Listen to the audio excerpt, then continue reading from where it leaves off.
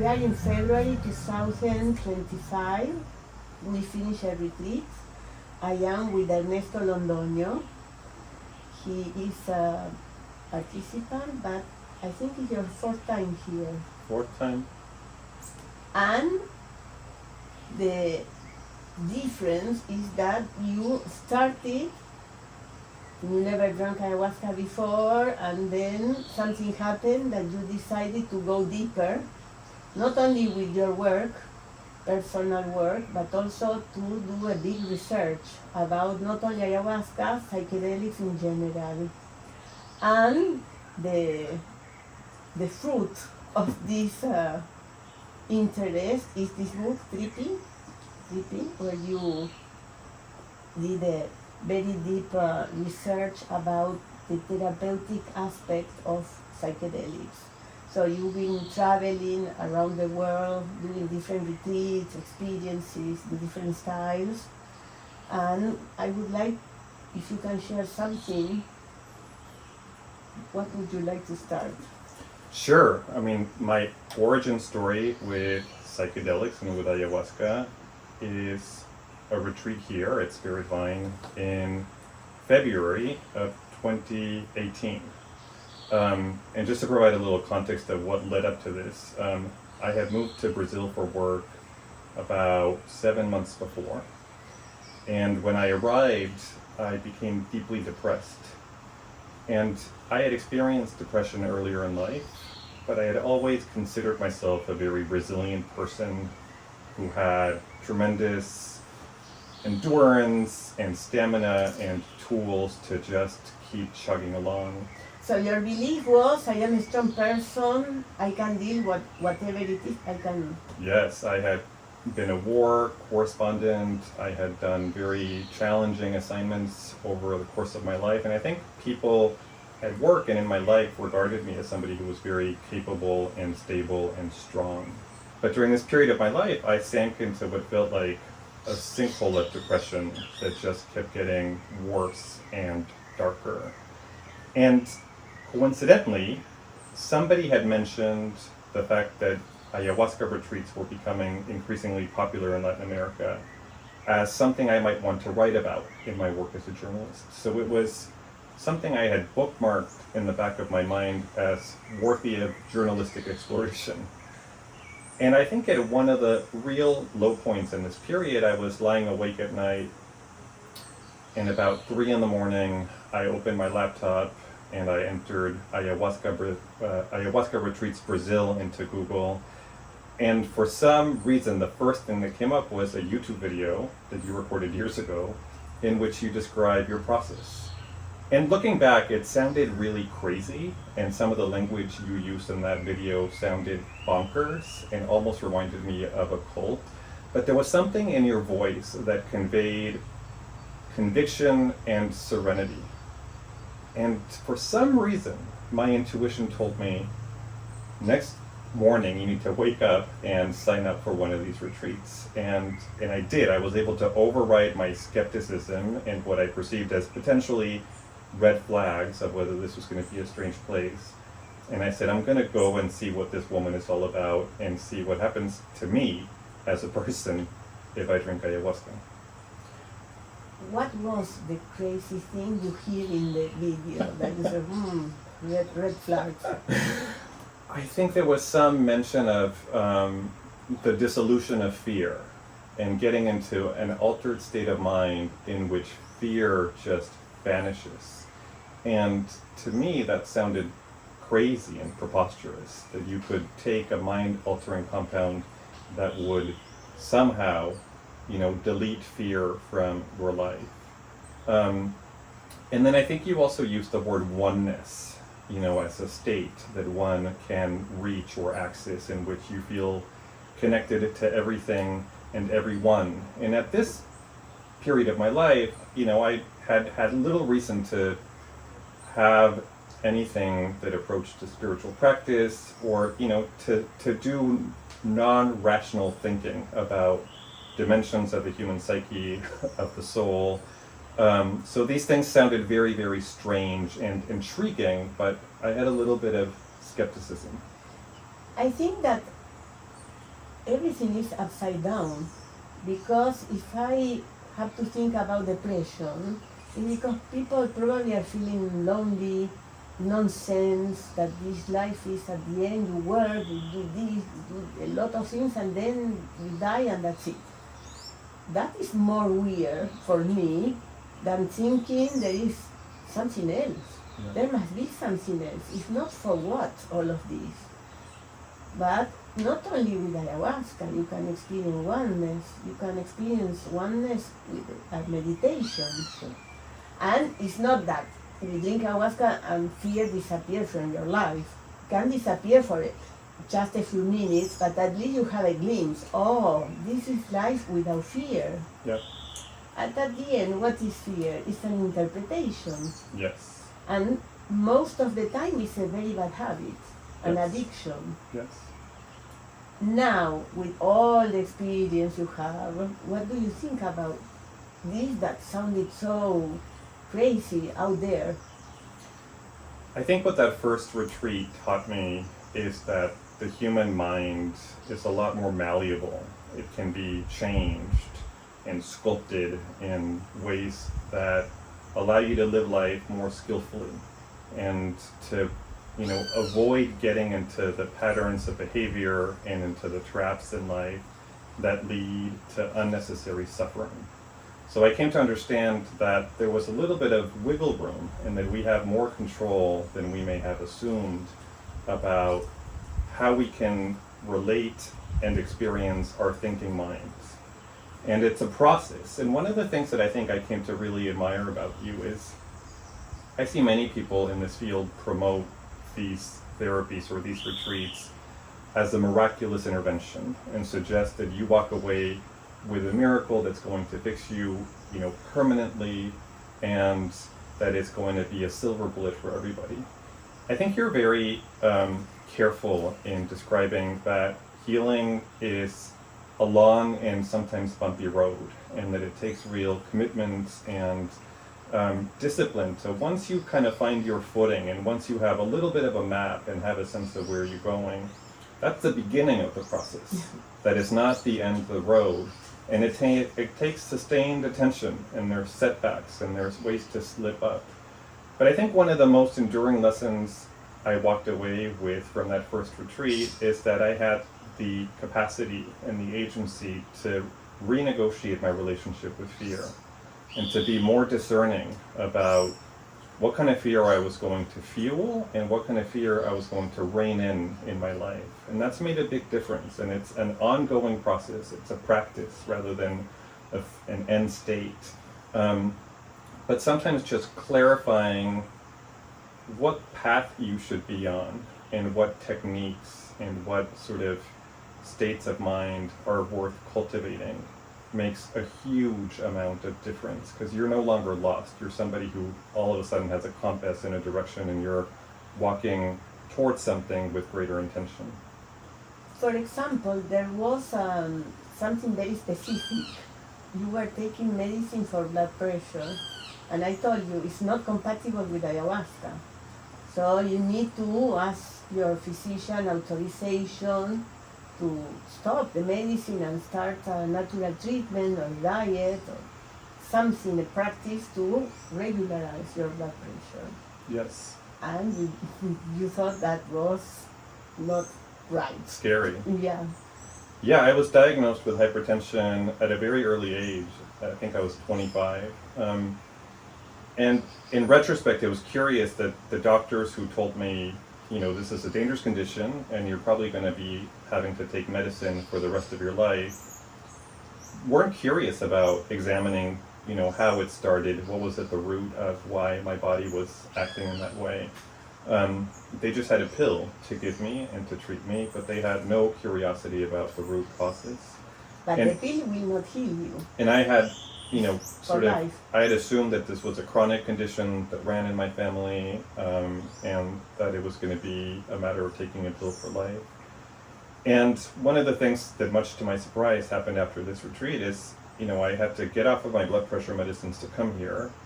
And after eating a very healthy diet and just finding ease within myself for the first time in a long time, just finding moments of deep serenity, my heart started pumping blood at a healthy rate.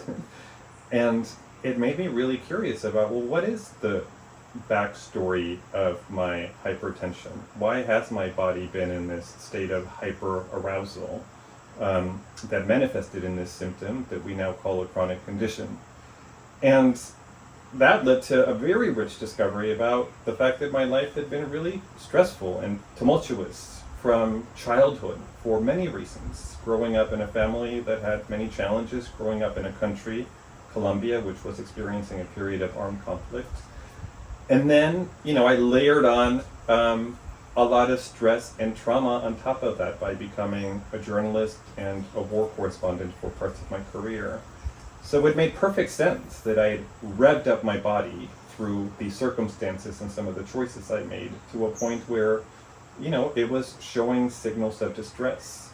But all of a sudden, I had enough clarity about the anatomy of that bodily dysfunction to start thinking, well, how can I go back and start addressing the root causes and examining the root causes? In medicine, oftentimes, the focus becomes treating the symptoms, not examining and addressing the root causes, which oftentimes is difficult and time-consuming and expensive. So we have become accustomed to just attacking symptom by symptom instead of really holistically examining the nature of the dysfunction. You have to? No. No, there's a choice.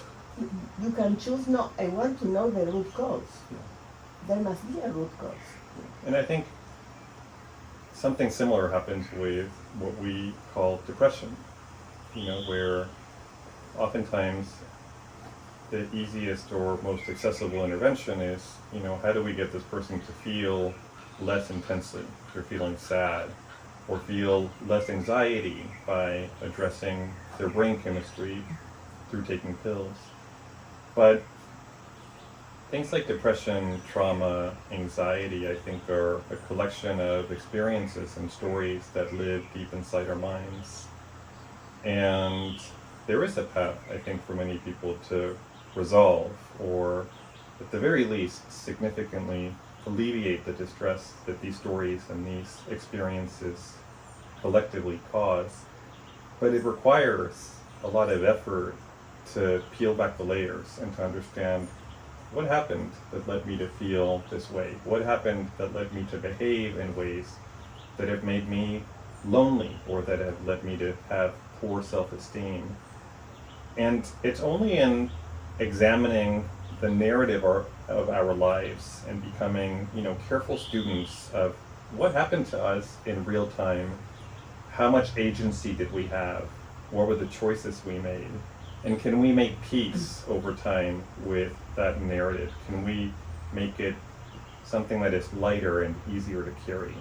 I think only then do we start kind of creating the space in our lives to deal with these difficult or uncomfortable feelings or emotions more skillfully. It's something that is pushing us. It's showing, stop because there is a problem. Yeah, it's an alert system. It's an alert system and we are numbing the alert system. Yeah, I think oftentimes it feels like we are disabling, the equivalent of a fire alarm. Yeah, and we became sacrifices, no? Yeah. Keep going. Yeah. No, let's take this and keep going. Yeah. And what is the purpose? For what? We are going where? Yeah. Because, okay, you are suffering less because you are taking pills, but still you are suffering.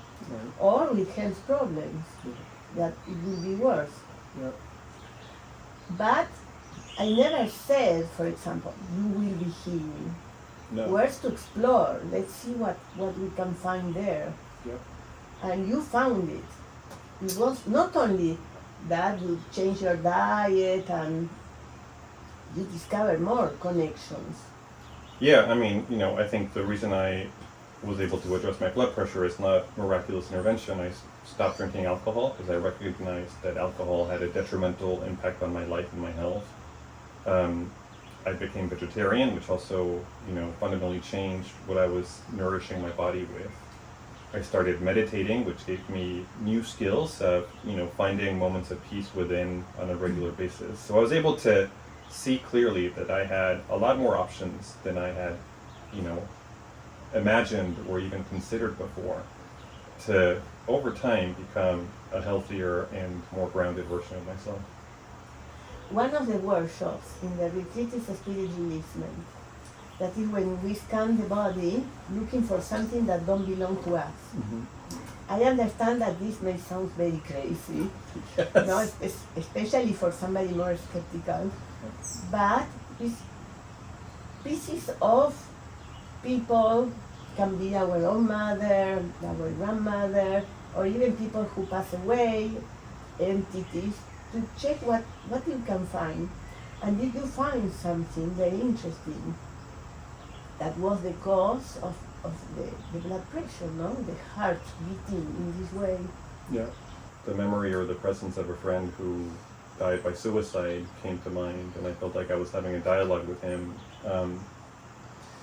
And I think he represented many of the experiences I had in war zones that were difficult, and showed me the extent to which, those things that happened many years ago still live very viscerally within us, and you can still hear the sounds and smell the smells of what those intense periods of your life were. So I think these techniques you teach to kind of imagine where that traumatic residue lives in the body, and imagine that there is a system to start cleansing the body, and letting go of maybe not the memories, but the texture and the weight of these things that are difficult and that weigh us down, and to just dissolve them and find an imaginary way of sending them out into outer space, can be very effective. And even to this day, when you teach these workshops, I still have a big glaring voice of skepticism going through my mind, thinking this woman is a little bit crazy. But on the other hand, I've seen it work within myself, and I've seen this process of examining what is the baggage we are still carrying around in life, and what are some of these ways in which we've framed our experiences into stories that maybe don't serve us, and is there a way to reimagine what the narrative should be and what our role in the narrative should be in the way that makes these stories a little cleaner and a little easier to carry. A coherent story. Yeah, it's about bringing coherence, I think, to your personal narrative, and also seeing through the ways in which our mind sometimes distorts our past in ways that make us feel ashamed or burdened or guilty. And I think oftentimes there may have been good reasons to believe certain things at the time, but when you really examine them closely, and oftentimes it's very helpful to examine these stories and these narratives in a group setting in which people are showing you a lot of grace and compassion and giving you feedback, where you realize that maybe you were less of a responsible party or less of a villain, and that maybe when you made mistakes in life, it's because you didn't know any better. So unburdening yourself of guilt and shame and all these dark, ways of storing the contents of our life can make a real difference if we get into a habit of doing it routinely and regularly. And the metaphor, because every symptom is a metaphor. It's trying to tell us something that we don't want to hear, or we think it's nothing to do with anything that I know. But it is. Sometimes it takes time to discover what it is. But in the moment you bring this to your consciousness, the symptom disappears. And this was happened very quickly. What do you think it is, this skepticism?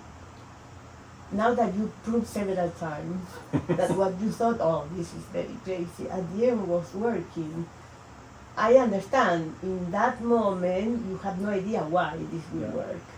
But now that you know that there are mystery things, but this skepticism is limiting you. Yeah, I mean, I think on the one hand, anybody who's been trained as a journalist is a skeptic by nature, and we like to find evidence and we like to, prove assumptions.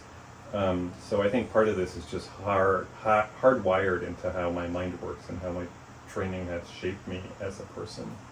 But I also think when you have experienced, periods of adversity where you couldn't trust people, or when the country you were in was very chaotic, being on high alert, is a defense mechanism, and it can keep you safe. So I think there's two parts of it. One is professional training, and one is, I think, conditioning, from a life in which oftentimes it's been necessary to be hyper aware in order to be safe.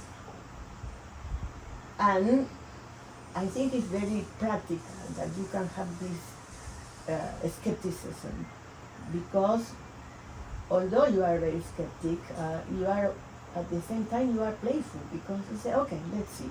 Yeah. You are like, okay, let's do it. Yeah. And you allow the change.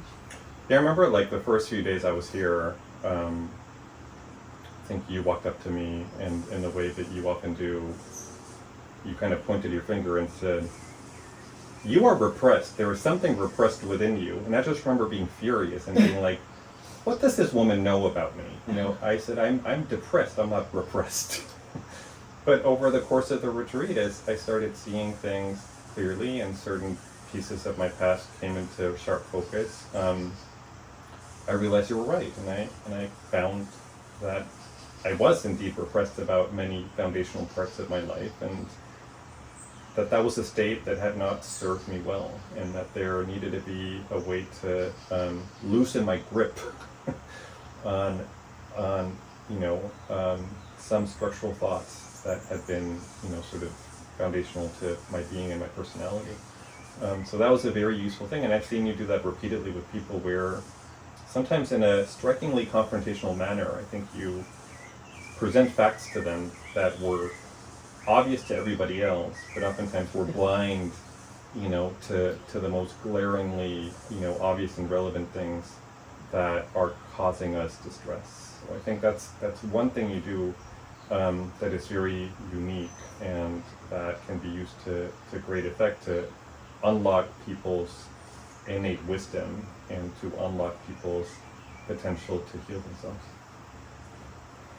I understand that it's challenging because for some reason you need to repress. You need to survive. So when you need to survive in your family or in a country, you need to be your life. Yeah. And somebody is coming with, no? That is dangerous. It's uncomfortable. It's uncomfortable, that we need to get out of our comfort zone. Yeah. I understand you've been in many wars. That is, go out of your comfort zone. But for you, was normal. That it's something that you were doing again and again and again. Yeah, I think in retrospect, I see that period of my life and a career. I think it was easy in war zones where there's so much activity and noise, and things are happening in very chaotic and unpredictable ways, that it's very easy to focus on external suffering, so you don't have to even spend any time with what's happening within you. So anybody can think, well, you are super courageous, you can go to this place, you can be in such a difficult moments, but to go deeper and find these moments where you were vulnerable and you need to survive, that is another completely different story. Yeah, it's a completely different skill, and it requires courage also. And danger. This is very dangerous, because in some moment you decide, is this or is my life? Yeah. But when you have the courage and you say, okay, I will get out of my comfort zone, and then you start, this is a transformation, because it's not the child anymore that needs to survive. Now you have resources and you have power. Yeah. So it's not the same. It's one helping the other one. Did you, how much time took you to understand what it is, the inner child? Oh, I still think I'm learning those lessons. I think one of the things you've taught me that has been very valuable is the practice of going back in time to different stages of our life, but in particular childhood, and managing to show those earlier versions of ourselves greater compassion. And it may sound simple, or it may even sound trite, that could be necessary. But when you do so, and when you really get into the habit of examining, those early chapters of our lives, we discover that oftentimes we were very hard on ourselves. And that tendency to be very judgmental and very tough on our inner child or on our teenage version leaves a scar. It leaves an imprint, and those scars over time disfigure people's personalities and oftentimes leads them to seek refuge in substance use or workaholism or other things that are ultimately not terribly healthy. But if you are able to go back to the starting points and start redrafting those chapters and making them a lot easier to carry and live with, I think that's, for me, what it means to start healing. So when did you publish the book? Trippy. It's a very interesting name. Why did you put Trippy? The book came out in May of 2024. Trippy, I think, is a word that, on the one hand, evokes the experience of being in an altered state. You're on a trip. I also think it chronicles, a life that has been nomadic, because I've moved a lot throughout my life for my career or in becoming an immigrant.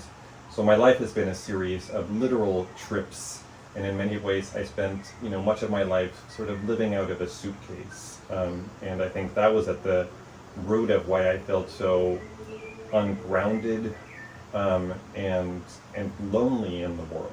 So it's not only about substances or Correct. plants or psychedelics, it's about your life. Yeah, and also, being on a trip is about being on a journey. Mm-hmm. And I think my hope was that readers would walk away from this book seeing the potential of psychedelics in the pursuit of healing or introspection, but also realizing that it was a long game, that it wasn't just, something that you could do quickly and dip in and out, that it was something that would take you on an adventure that, for many people, I think, lasts years. What this book brought to your life? It brought clarity. I think being a writer is both a blessing and a curse. It's a curse because I can't stop writing. Mm-hmm. And I can't stop absorbing the world around me with a mind of a writer that wants to document and make sense of things I experience and see. But on the other hand, it gives you a really valuable tool to organize things that are very confusing and abstract when they're just swirling through our mind. And part of what I wanted to do in the book was confront myself with some really difficult questions about the roots of my depression and what it means to heal. And, for instance, one piece of that was just becoming better acquainted with the story of depression and mental illness in my family, and kind of understanding my own experience and my own life in this broader lineage of people who experienced adversity and distress and melancholy. So I think, the book gave me clarity. It's also given me some beautiful feedback. I've heard from so many people who have found echoes of their stories in my story, and that from reading the book have been able to connect dots or come to insights that were similar to my own. So it's provided connection, which I think is something that for much of my life was missing. And in so doing, it's brought a lot of depth and meaning to my life and my work. You never took medication again? Blood pressure medication, no. And depression? I think depression is something that is going to remain a part of my life, I think, for years to come. Will be part of your life? I think so. That is a belief? That is an educated guess. Depression for me is something where I think I will always feel its gravitational pull. I understand its frequency, I understand how it comes about, and we live in a world where it's easy to become distressed and where it's easy to, feel sad about the life of others, about challenges we face, about things that are difficult in life. I think the question is, do you manage to make room for that sadness in a way that is not as destabilizing? Do you manage to invite that sadness and make it something that is lighter and that is easier to carry through life? Because I think depression has also in many ways been a gift for me. It's given me a lens to look at other people with greater compassion. It's made me more inclined to be of service to others. It's made me very curious about the nature of other people's suffering. So I think the question is not, do you want to completely excise depression from your life and put it far in the past? The question is, are you able to still feel some depression or live with periods of depression in ways that are more skillful? Because and to understand the mechanism. Yeah. What do you do to bring depression? Yes. How is this happening? What is its anatomy? And can I become better over time? Yeah, it's not why you are depressed, it's what are you doing to be depressed? What are you saying to yourself? Because I think you feel is fair. I have some depression. It's useful. I mean, I don't think it's fair, but I think sometimes it feels inevitable. But that is another belief. Yes. So, depending on your interpretation also. But if you can go deeper, you will find other ways to be curious, to be empathic, to help without the depression. Do you think it's possible? Possibly. Normally. But it takes work. Of course. Yeah, of course. And it's one thing to imagine that as a possibility, and it's a very different thing to actually walk that road. When you have loved ones that are depressed or they are in pain or you see injustice, it's normal that you feel sad, that you are depressed like them, but this don't make it better. Yeah. It's like to be loyal. I am with them. We are in the same. But you are one more depressed, one more suffering. And I think we have to be less. We have to discover how to remove from this sadness, this depression. When we learn how to remove ourselves from that, we can learn how to help others. If they want, it's possible. They will see you, that you are not more depressed, that you are not suffering anymore, but still you are a good person and still you are empathic and generous. Nothing changed. The only thing is that you are not depressed anymore. So you will be a model for these people.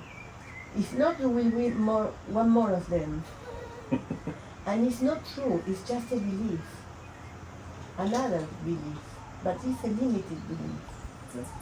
And I believe that when we are depressed, we are producing certain type of energy that is not productive because it's bringing more of what we don't want.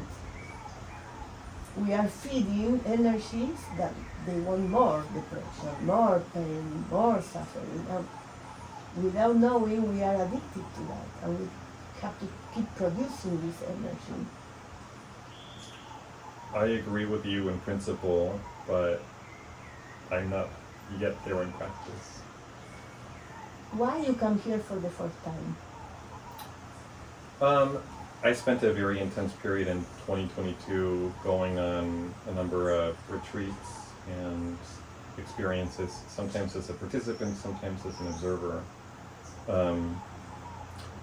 And I felt a calling to come back, now no longer with my journalist mind switched on as much and no longer reporting and investigating material for the book, just to take stock of where I am at this juncture and to make sense of some of the changes in my life.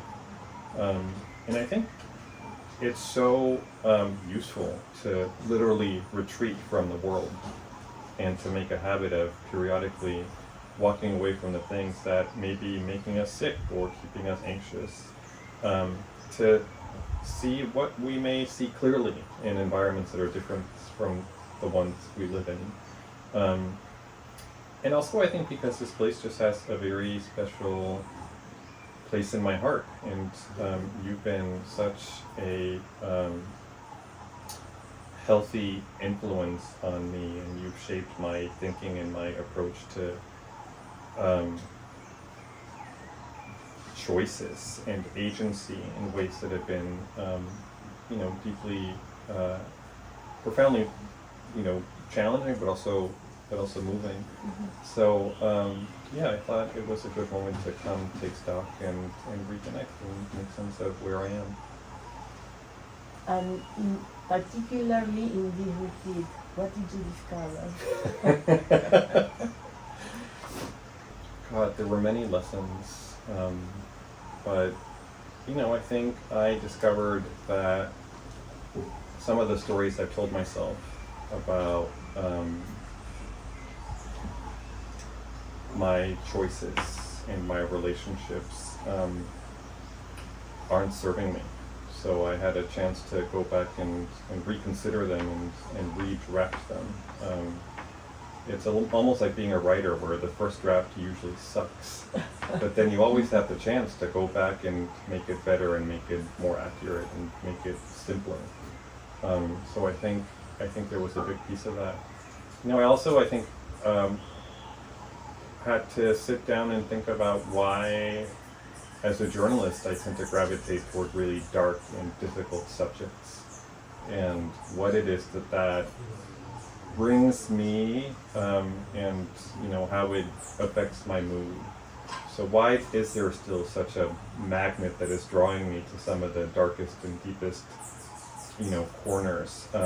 Why can't I be exploring or writing about things that aren't in those domains? Mm-hmm.